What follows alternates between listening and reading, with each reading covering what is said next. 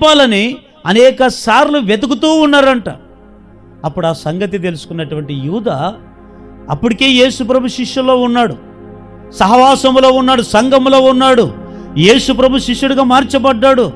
మార్చబడి యేసుప్రభు చేసే అద్భుతాలు చూసి, ఆశ్చర్యకార్యాలు చూసి, అన్ని చూసినటువంటి ఇంట్లో ఎవరు వచ్చారు తెలుసా? ఒకసారి రే వీరందరూ యేసుప్రభుని చంపాలనుకుని ఎదురు చూస్తున్నారా, నేను బట్టిస్తే నాకెంత ఇస్తారో డబ్బు, కానీ ఈయనకి డబ్బు పిచ్చి కదా, ఎంతసేపు ఉన్న డబ్బు డబ్బు డబ్బు డబ్బు. ఈ డబ్బుకి వాడు ఎంత కకృతి పడేది తెలీదు. యూదా ఇస్కరియోతు యూదా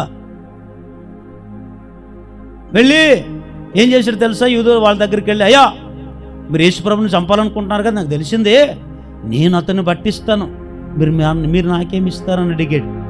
వాళ్ళు ఏమన్నారు? నీకు ఎంత ఇవ్వాలి అడుగో అన్నారు.